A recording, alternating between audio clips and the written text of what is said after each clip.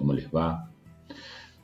Buenas tardes. Nuevamente me toca el privilegio de poder compartir la palabra de Dios con todos ustedes. Quería en esta tarde poder compartir algunos versículos y algunas porciones de la Biblia. Así que vamos a dar comienzo en esto, pero antes que nada vamos a orar pidiendo a Dios la dirección en todas cosas. Así que los invito a que me acompañen en esta oración.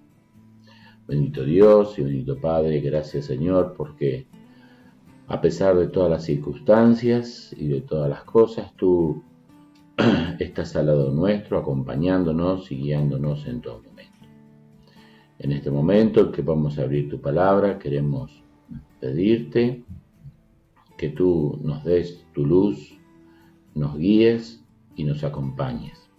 Y permite, Señor, que si hay algún alma que todavía no se ha decidido a recibirte como único y suficiente Salvador, pueda hacerlo, pueda reconocer en ti que tú eres lo necesario, lo justo y lo supremo para el bien de nuestras vidas. Gracias, Señor, porque podemos confiar en ti. En nombre de Cristo Jesús. Amén. El domingo pasado habíamos compartido una pequeña porción y entonces la pregunta era, ¿qué haré con Jesús? ¿O qué estoy dispuesto a hacer por Jesús? Y siguiendo un poquitito con el tema de qué haré con Jesús, vamos a ver en el libro de Juan una porción de una persona que hizo algo con Jesús. Esta persona lo había escuchado,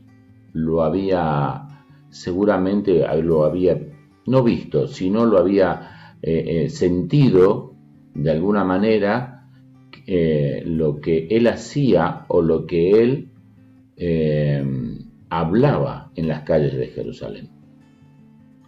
Pero antes que nada, antes de ir a la porción que vamos a tratar, vamos a leer unos versículos que me parecieron mucho más como darle la introducción a este mensaje.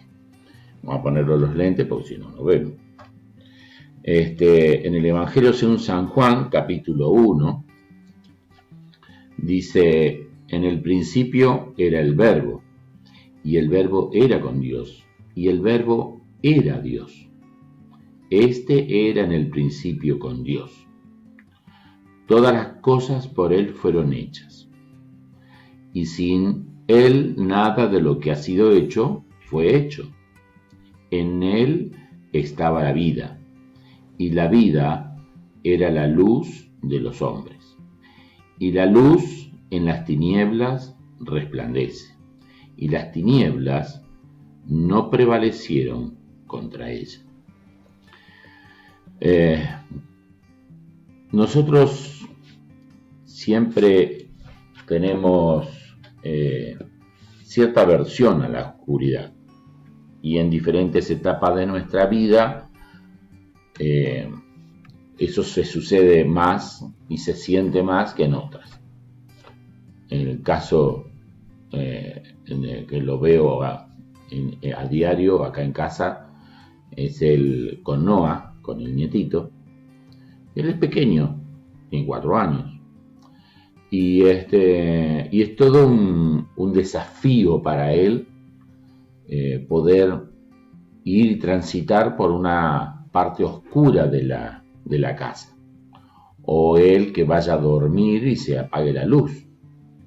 Y es más, estamos todos en un proceso, tanto los abuelos como la mamá, estamos todos en un proceso de que él tiene que dormir solito, ya no tiene que dormir con la mamá o con los abuelos. Entonces, todo un proceso para él.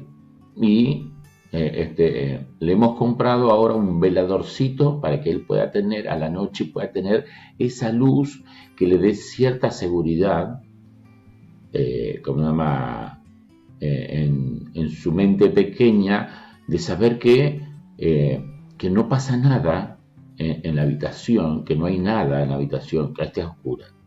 Y eso es normal, eso es, en una criatura es normal tenerle miedo a la oscuridad. Ahora, imagínense una persona que pasó toda su vida, más de 30 años, por lo que vamos a leer ahora, más de 30 años viviendo en oscuridad, de un ciego, de alguien que no puede ver nada, que tiene que todas las cosas, como se llama, lo tiene que ver y analizar a través de los otros sentidos.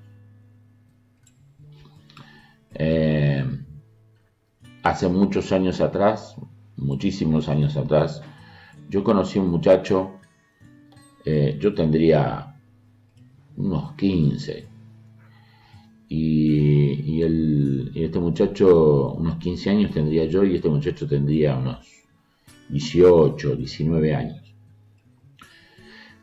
Y a él le gustaba mucho jugar al rugby, un deporte de mucho contacto físico, de mucha fuerza, de mucho empuje en todo.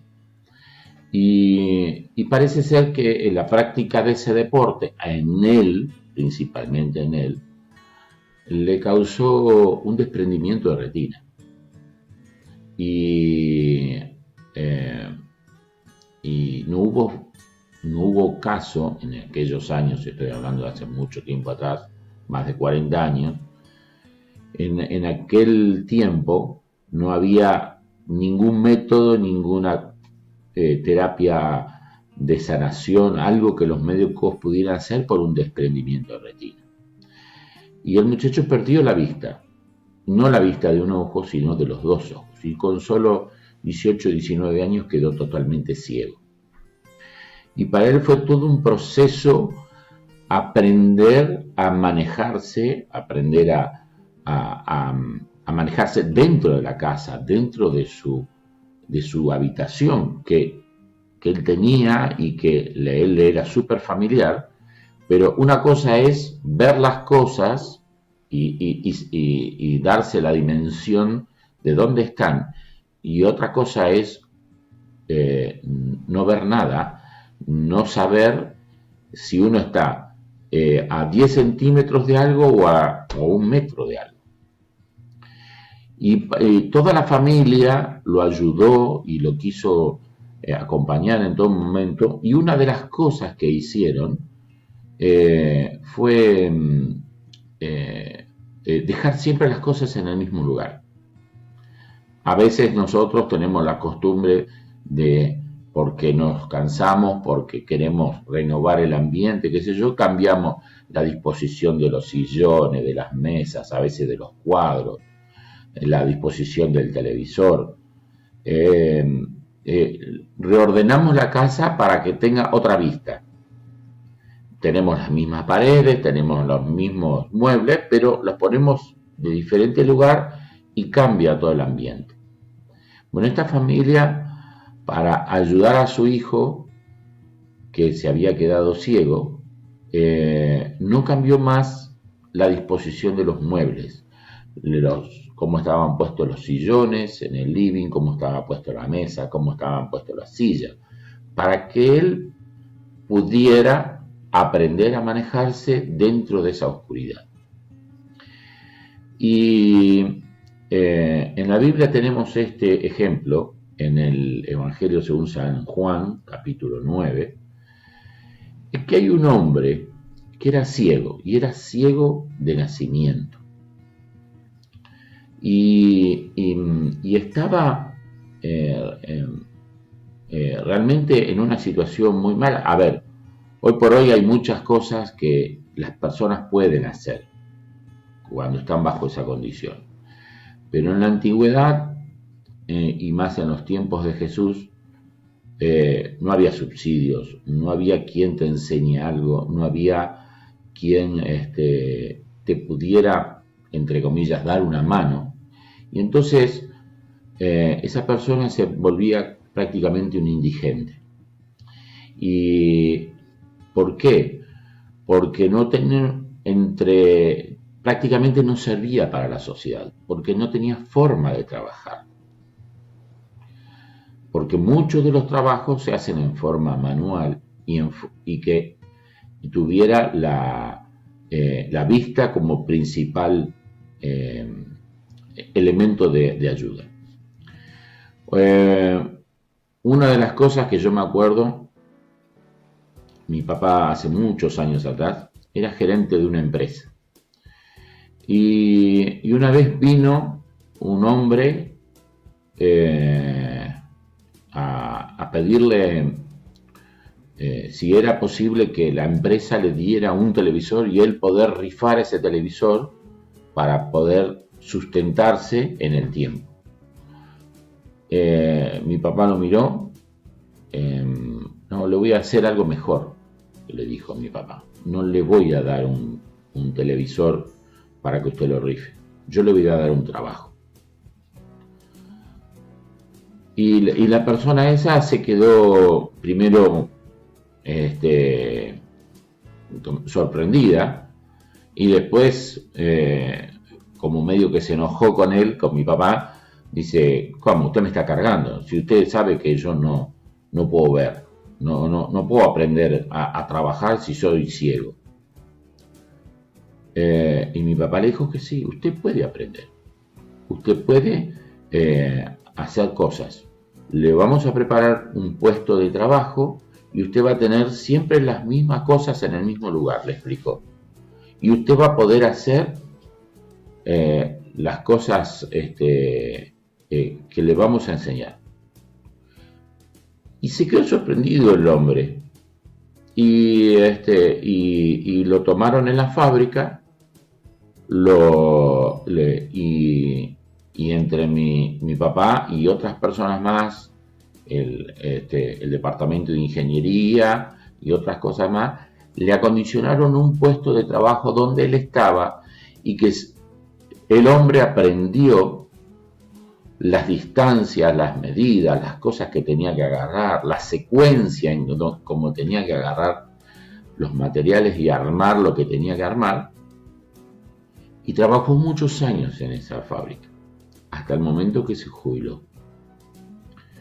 Y él en algún momento dijo: nadie me había dado la oportunidad y nadie me había explicado que yo podía trabajar.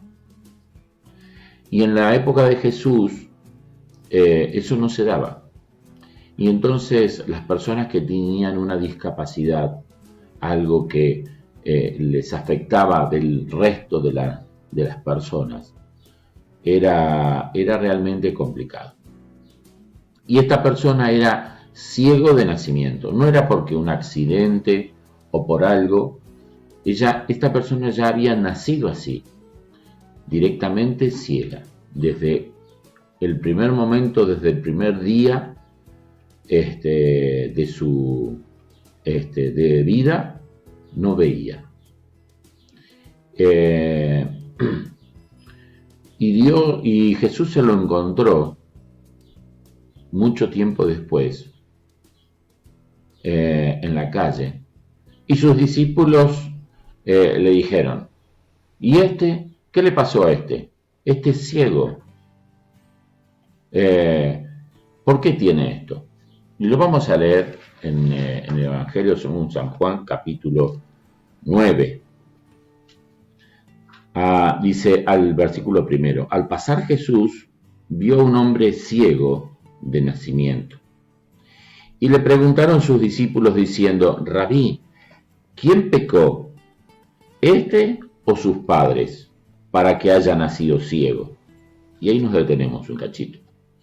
Era común creer en aquellos años de que las enfermedades y las ciertas discapacidades eran consecuencia del pecado que las personas hacían. Pero realmente en una persona que nacía así, entonces surgió la duda. Si todos creían que yo tenía un problema en una mano y ya no podía mover una mano porque tuve un accidente, era consecuencia del pecado mío. Pero una persona que había nacido ciega decía, ¿quién pecó? Él pecó si era un bebé, no podía pecar. Y entonces, ¿pecaron los padres? Le preguntaban sus discípulos y toda la gente que estaba con Jesús. Jesús vio primeramente la intención que había en esa pregunta, en el corazón de ellos, porque Jesús conocía todo. Entonces Jesús responde, versículo 3, respondió Jesús, no es que pecó ni sus padres, lo aclaró de una así, sino para que las obras de Dios se manifiesten en él. Me es necesario, Jesús habla y dice esto, me es necesario hacer las obras del que me envió.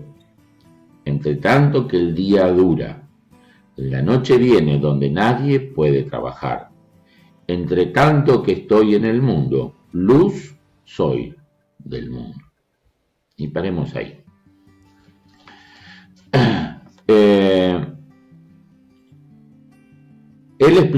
Jesús explicaba, que no era necesario cuando uno tiene una dolencia, cuando tiene una discapacidad, que son cuestiones no mías, me pasó esto porque hice las cosas mal.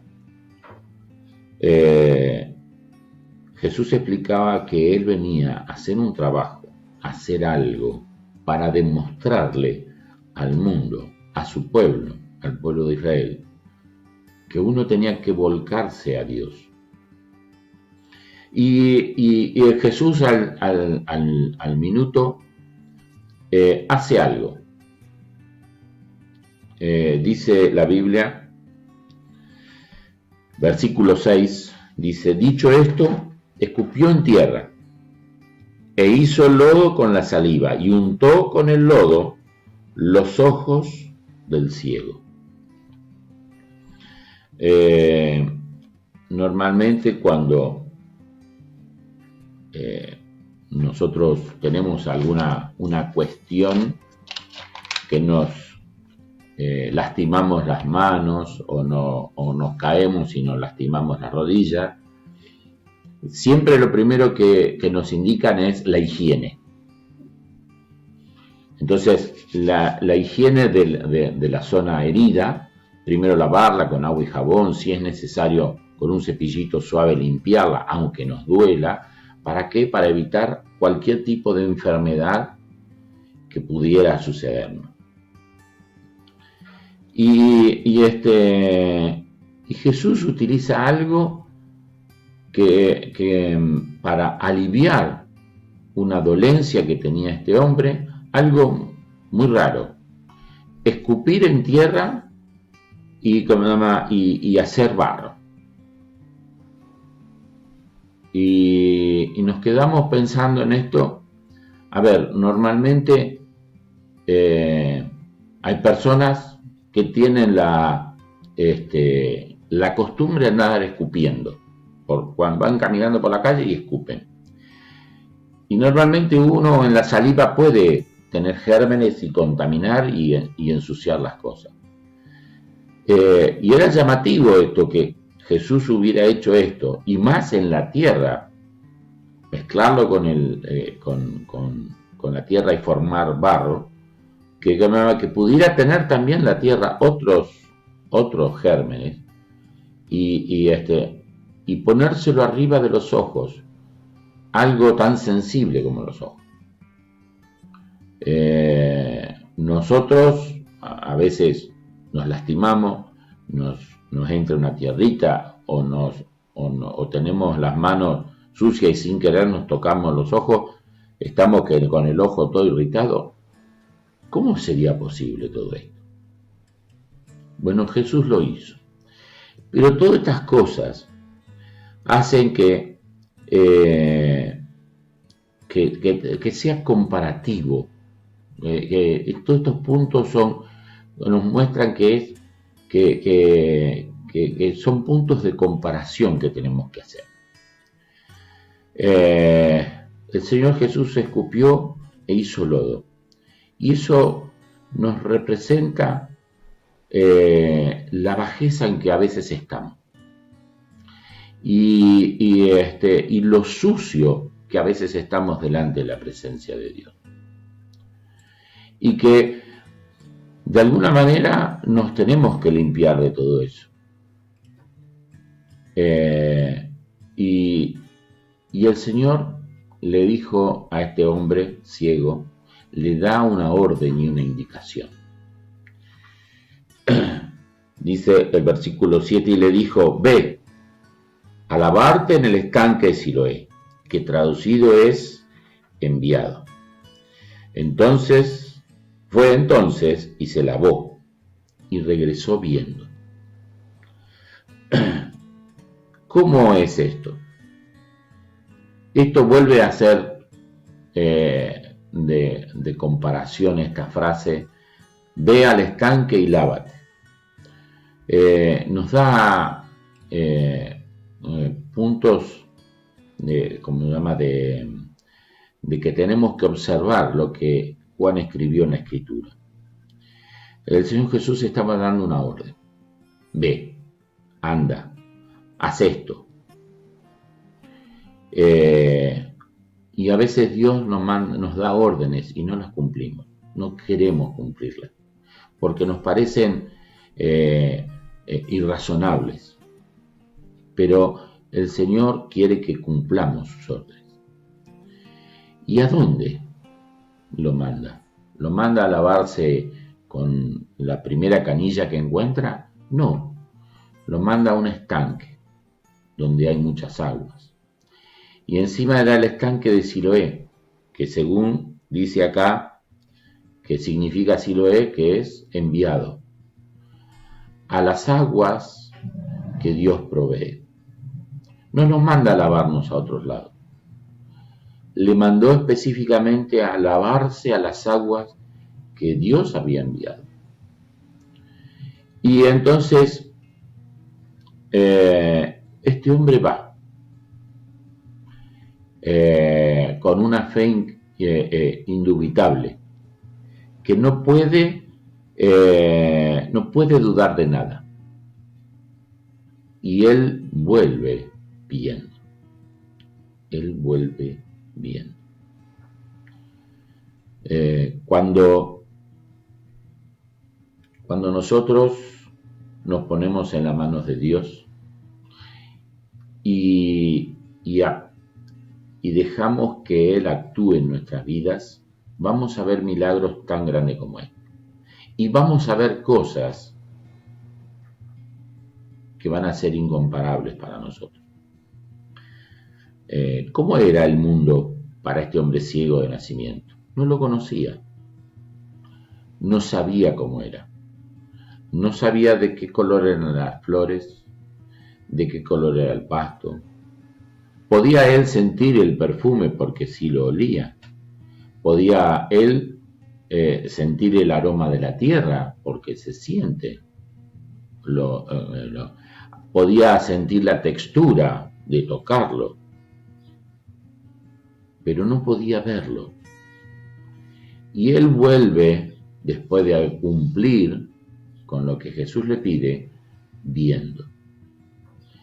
Que vuelve de la mejor manera, viendo todas las cosas, que le parecían realmente asombrosas.